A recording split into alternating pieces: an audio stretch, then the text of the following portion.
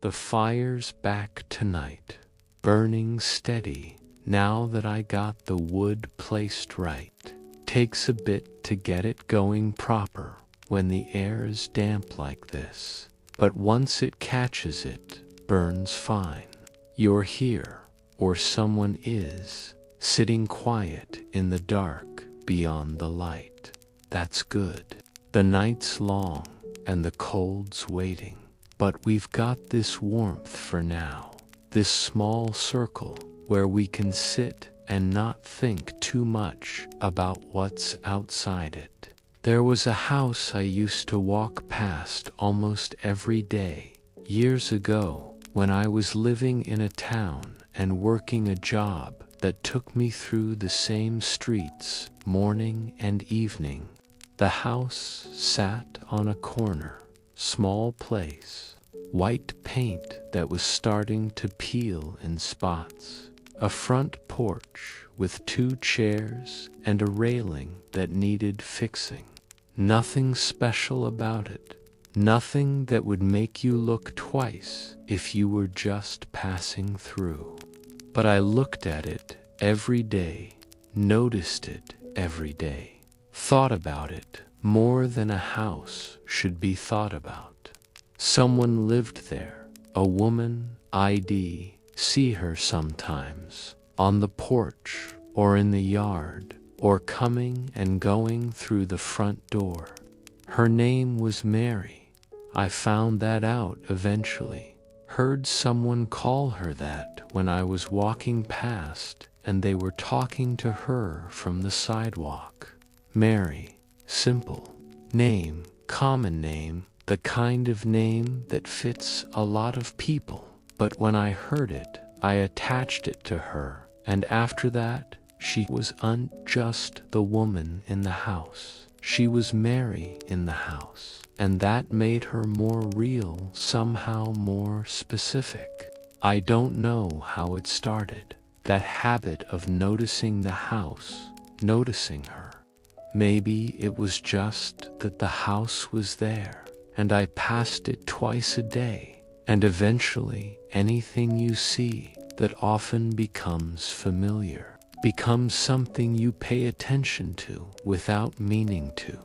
But it became more than that, became something I looked for, something I thought about when I wasn't walking past it. Something that occupied space in my mind that it probably shouldn't have occupied.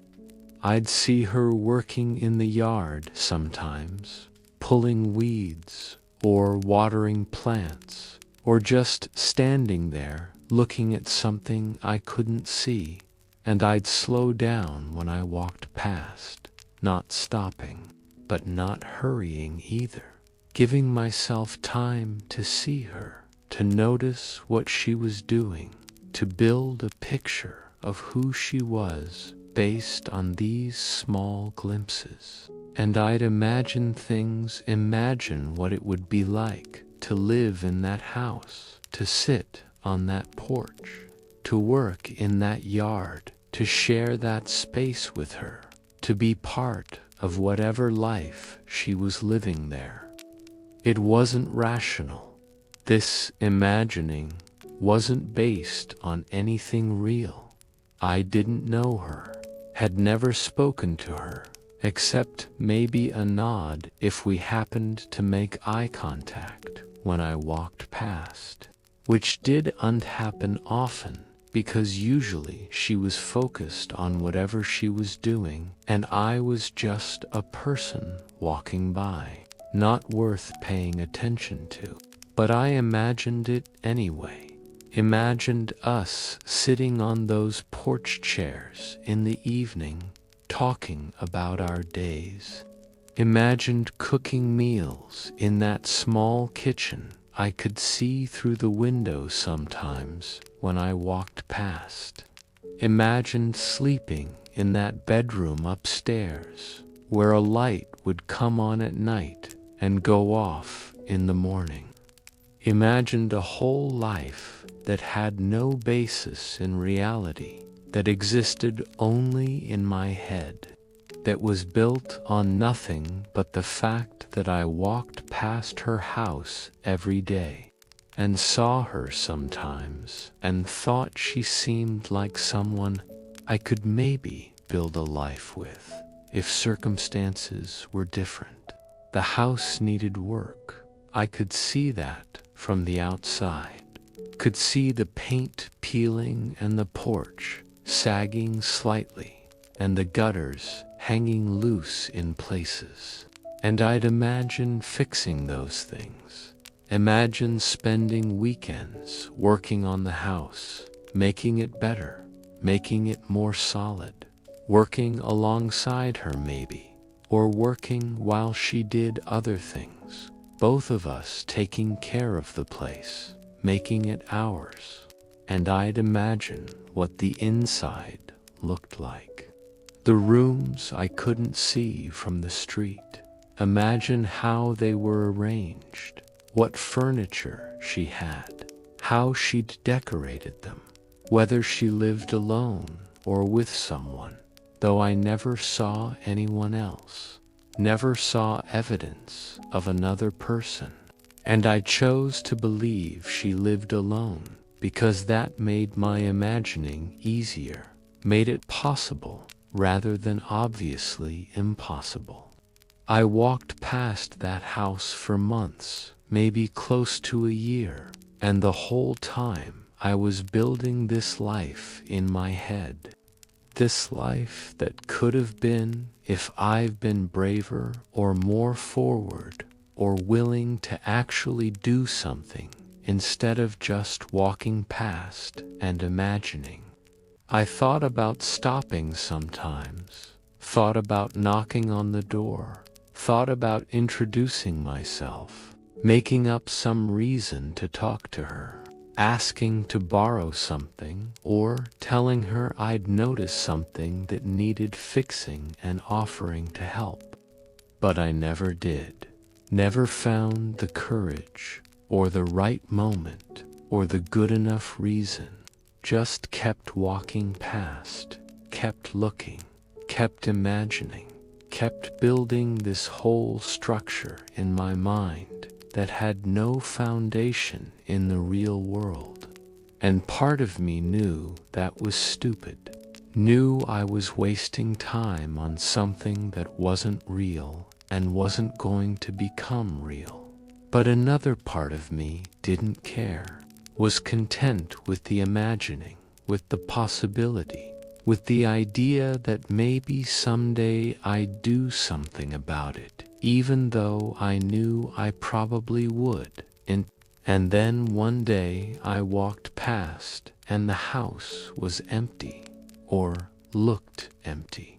The curtains were gone from the windows, and the chairs were gone from the porch, and there was a sign in the yard that said the house was for rent. And I knew she'd moved, had left, had gone somewhere else to live some other life that I'd never be part of, that I'd never even come close to being part of. And I felt something. When I saw that empty house, felt something like loss, even though I'd never had anything to lose. Even though the whole thing had been in my head, and she probably never knew I existed beyond being a person who walked past her house regularly. But it felt like loss anyway. Felt like something had been taken away. Like a door had closed, like a possibility had ended. I kept walking past the house after that. Couldn't avoid it because it was on my route, but it felt different, felt sad somehow, seeing it empty, seeing the windows dark, seeing no one on the porch or in the yard. And after a while, someone else moved in. Different people, and the house was occupied again. But it wasn't the same, wasn't interesting anymore, wasn't worth looking at or thinking about. And I realized then that it hadn't been about the house at all, had been about her, about Mary, about the life I'd imagined having with her in that house. The house was just the place where that imagined life would have happened, but without her, it was just a house, just a building, just wood and paint and windows and doors, nothing special, nothing worth the attention I'd given it. I don't know what happened to her, where she moved to, why she left. Maybe she got married and moved in with someone. Maybe she found a better job somewhere else. Maybe she just wanted a change, wanted to live somewhere different, wanted something new. I'll never know, and that's fine. That's how it should be. She was never mine to know about, never mine to understand or keep track of. But I think about her sometimes, about Mary in that house, about the life I imagined we could have had there, about all the conversations we never had, and the work we never did together, and the evenings we never spent on that porch. And I think about how much time I spent on that, imagining how much energy I put into building something that existed only in my head. And I wonder if that was time wasted, or if it gave me something, some comfort, maybe some hope, some way of getting through days that might have been harder without something to imagine, something to look forward to, even if it was never going to happen. I went back to a place once, years after I'd left it. Went back because I was passing through the area and had time and thought it might be nice to see it again, to see how it had changed, to see if it matched my memories, or if memory had made it different from what it actually was. The place was a small town where I'd lived for a while, maybe 2 years, working at a job I don't even remember now. Living in a room I rented from someone, spending my time the way people spend time in small towns when they're just passing through. Working and eating and sleeping and not doing much else. But there was someone there, someone I'd known during that time. Someone who'd been important to me in a way I did unfully recognize until after I'd left and had time to think about it. Her name was Elizabeth, or maybe it was Anna, one of those names that sounds old and solid. She worked at a store in town, a small store that sold general things, food and supplies, and whatever else people needed, and I'd go there regularly to buy whatever I needed, and we'd talk while she rang up my purchases, small talk. Mostly nothing deep, just the usual exchange of words that happens between someone buying something and someone selling it. But over time, those small conversations grew into something more, into actual talking, into sharing things about our lives, into looking forward to seeing each other, into me finding reasons to go to that store, even when I didn't really need anything, just to have an excuse to talk to her, to spend a few minutes in her presence, to feel whatever it was I felt when I was around her.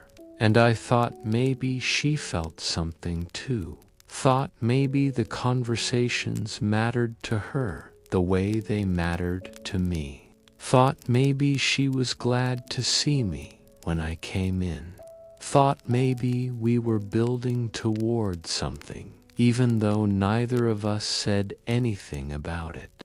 Even though we kept it all in the space of those brief conversations at the store, never taking it outside that space, never making it into something official or defined. But then I left, moved away for work, or for some other reason. I don't remember now, and I didn't keep in touch with her, didn't write letters or make calls, just left and let that connection fade the way connections fade when you don't maintain them, when you let distance and time do their work. And years later, when I went back to that town, I thought about her, wondered if she still worked at that store, if she still lived in that town, if she'd remember me if I saw her. And I decided to go to the store to see if she was there, to see what it would be like to see her again after all that time. The store was still there, looked mostly the same from the outside, same building, same sign, maybe a little more worn, but not much different. I went inside and it was familiar and strange at the same time, familiar in its layout and general feel, but strange because I was different, older, changed by all the time that had passed, changed by all the things I'd done and seen since I'd last been there. And she wasn't there. Someone else was working behind the counter, someone younger, someone I didn't know. And I asked about Elizabeth or Anna or whatever her name was, asked if she still worked there, and the person said no, said she'd left years ago, moved away. They didn't know where, didn't know what happened to her. And I felt something, felt disappointed maybe, or sad, or just aware that time had passed and things had changed. And you can't go back, can't recreate what was, can't find what you left behind, because it doesn't exist anymore, not in the form it existed in when you left it. I walked around the town after that, walked the streets I used to walk, looked at the buildings I used to see every day, tried to remember what it had been like to live there, to be the person I was when I lived there. And everything was the same, and everything was different. The buildings were the same, but the people were different. The streets were the same, but they felt different. The whole place had the quality of something remembered rather than something lived, something distant rather than something present. I walked past the building where I'd rented a room, looked up at the window that had been mine, wondered who lived there now, wondered if they looked out that window the same way I'd looked out it, wondered if the room was the same or if it had been changed, repainted, refurnished, made into something different. And I walked to the park where I used to go sometimes, a small park with benches and trees and a path that went around the edge. And I sat on one of the benches and looked at the trees and tried to remember sitting there before, tried to remember what I'd thought about, what I'd felt, what my life had been like during that time. But I couldn't remember clearly, couldn't bring back the feeling of being that person in that time, could only remember facts, surface things, not the actual experience of living it. And I realized that going back doesn't give you what you left, doesn't let you step back into the past, doesn't make things the way they were, just shows you how much things have changed, how much you've changed, how the past is past and stays past, no matter how much you might want to revisit it. I left that town again after a few hours, got back in the car and drove away. And I knew I wouldn't go back again. Knew there was no point. Knew that whatever I was looking for, there wasn't there anymore. Maybe never had been there. Maybe had only existed in memory, in the way memory changes things, makes them better or worse, or just different from what they actually were. And I thought about Elizabeth or Anna, about those conversations we'd had at that store, about the connection I thought we had, about how I'd left without saying anything, without finding out if what I felt was real or just something I'd imagined. And I wondered where she was now, what her life was like, if she ever thought about me, if she remembered those conversations, if they'd meant anything to her, or if I'd been just another customer, just another person passing through her day. And I realized I'd never know that going back hadn't given me answers, had just given me more questions, had just shown me how much I'd built up in memory, how much I'd made that time into something maybe it wasn't, how I'd turned a few conversations with someone into a whole thing in my mind that existed only there. But that's what memory does, I think. It takes what was and changes it, makes it into what you need it to be, makes it into something you can carry with you, something that fits into the story you tell yourself about your life. And maybe that's fine. Maybe that's necessary. Maybe we need to change the past in order to live with it, in order to make sense of it, in order to keep moving forward. There's a path I used to walk it regularly for a time, almost every day when the weather was good enough, and I had time, and I needed to be outside, needed to move, needed to get out of wherever I was living and be among trees and sky and open air. The path went through woods, mostly started at a road and went in deep, following a stream for part of the way, then climbing up a hill, then coming back down the other side and ending at another road a few miles from where it started. I walked that path alone at first. Walked it because it was there, and because I needed somewhere to walk, somewhere to go that wasn't work or home or the few other places I spent time. And it was a good path, not too difficult, not too easy, just right for walking, for moving at a steady pace, for letting your mind wander while your body did the work of moving forward.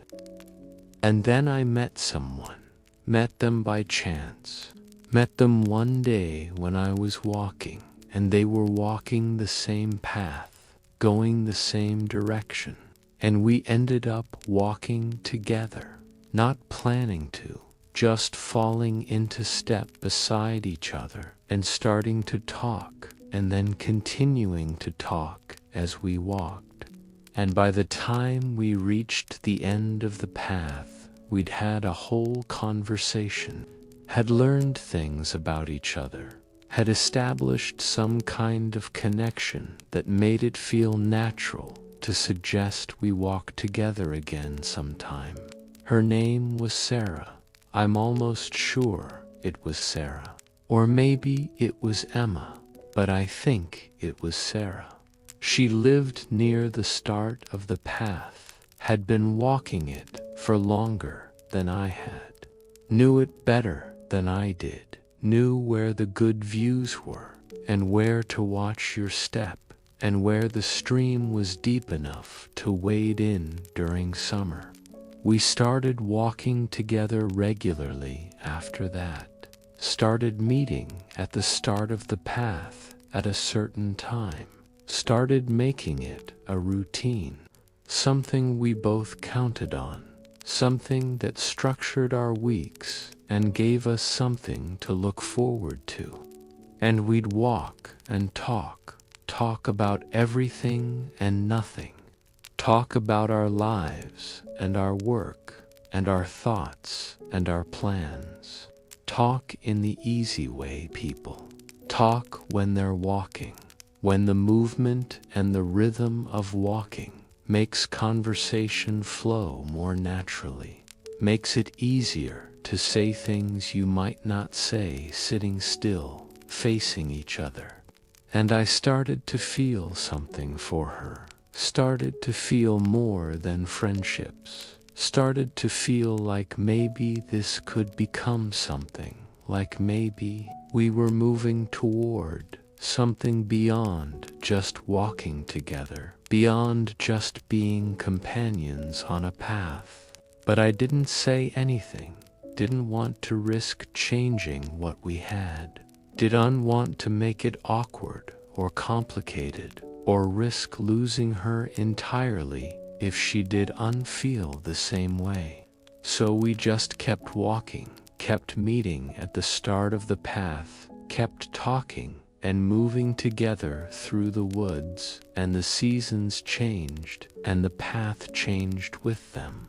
Snow in winter, making it difficult, mud in spring, making it messy, summer, making it green and full, and alive fall, making it beautiful with color. And through all of it, we walked, we kept up our routine, we kept being whatever we were to each other. But then something changed. I don't remember what exactly. Maybe she moved. Maybe she got busy with work. Maybe she met someone else. Maybe she just got tired of the routine, tired of the path, tired of me. But she stopped coming, stopped meeting me at the start of the path. And after a few times of showing up and waiting and her not being there, I understood she wasn't coming back, that whatever we'd had was over, that I was going to be walking alone again.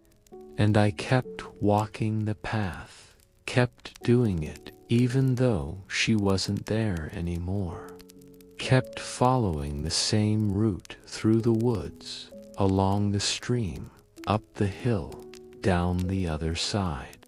But it felt different, felt empty, felt like something was missing, like the path itself had changed, even though it was the same path, the same trees, the same stream, the same views. Every part of that path reminded me of her, reminded me of conversations we'd had, things she'd pointed out, places we'd stop to rest, or look at something, or just stand in silence.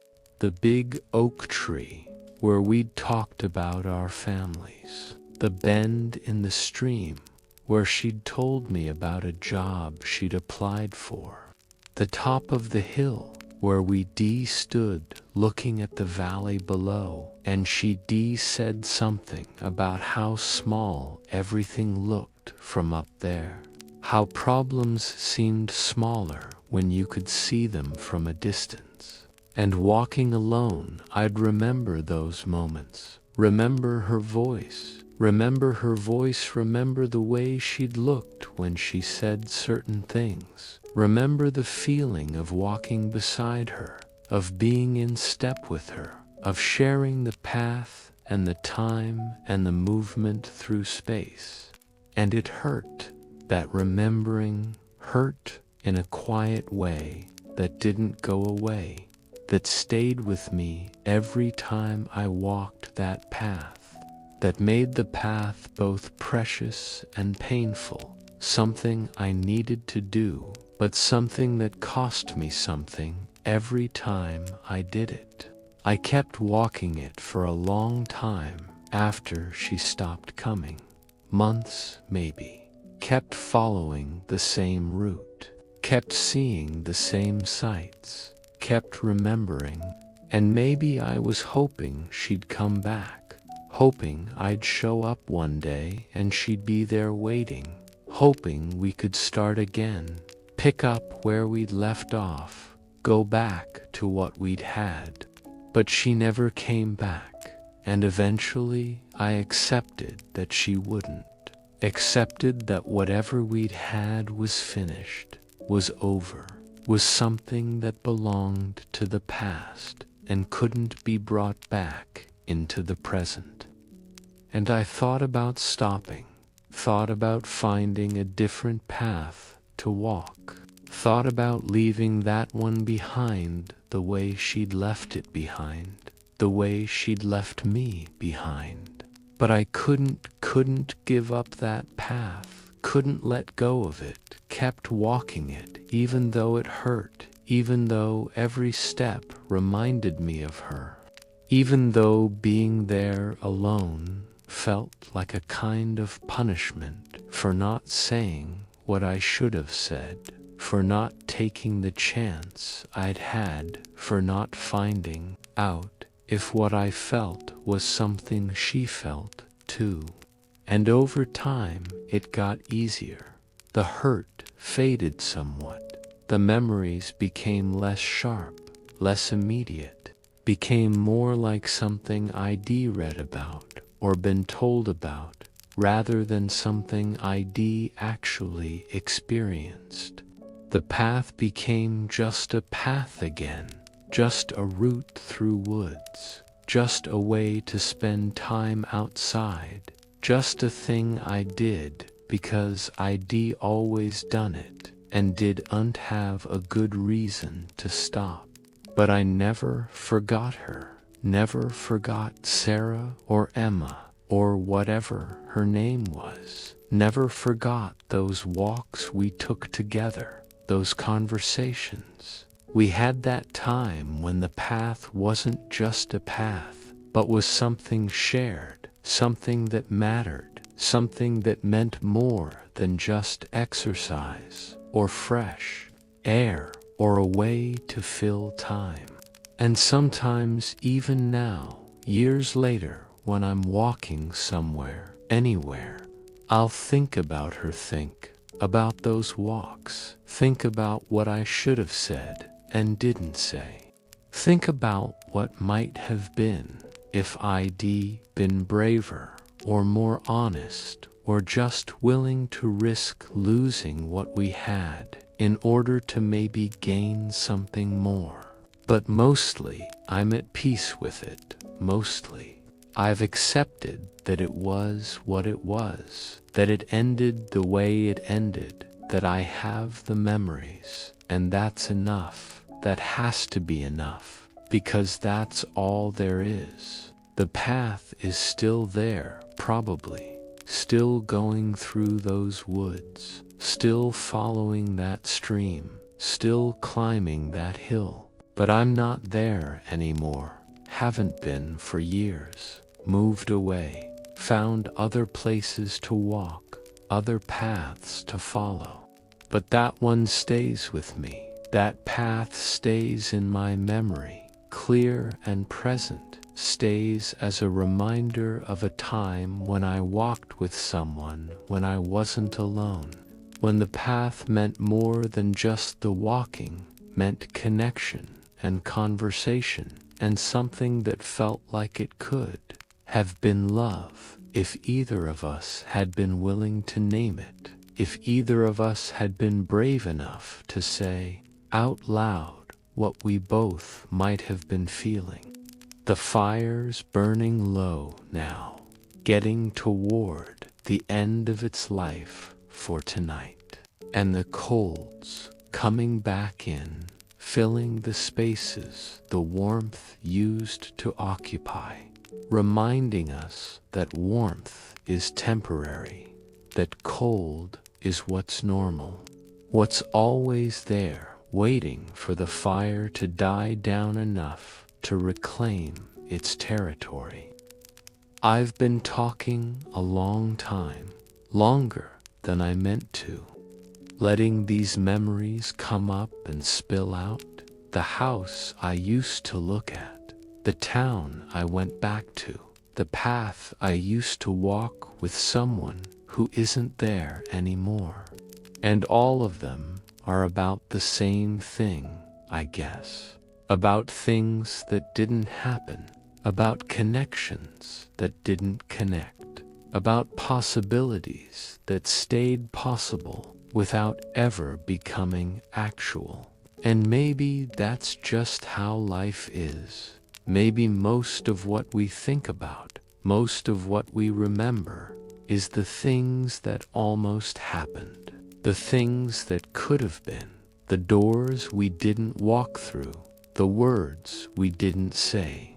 Maybe the actual things that happened, the things that were real and solid and finished, maybe those are easier to accept and move on from than the things that stayed unfinished, that stayed in that space of maybe that we can't ever fully let go of because we never really had them to begin with. The house where Mary lived, where I imagined a whole life that never was. The town where Elizabeth or Anna worked, where I went back looking for something that was gone. The path where I walked with Sarah or Emma, where I should have said something and didn't. All of them are places where I left something, where I lost something, or where I never had anything to lose in the first place, but felt the loss anyway. And I carry them with me, these places, these people, these memories of what wasn't but might have been. And they're heavy sometimes, heavy in the way regret is heavy in the way missed chances are heavy, but they're also just part of having lived, part of having been present in the world, part of having noticed things and people and possibilities, even if those possibilities never became realities. The fire's almost dead now, just a few coals left, barely glowing, barely warm. The night's won, taken back all the space the fire held for a while. But that's all right, that's how it goes. You build a fire and it burns, and then it dies, and you build another one tomorrow if you need one. If you're still here, if there's reason to keep building fires and sitting beside them in the dark. If you want to come back another night, I'll probably be here. The fire's usually going around this time. There's always room.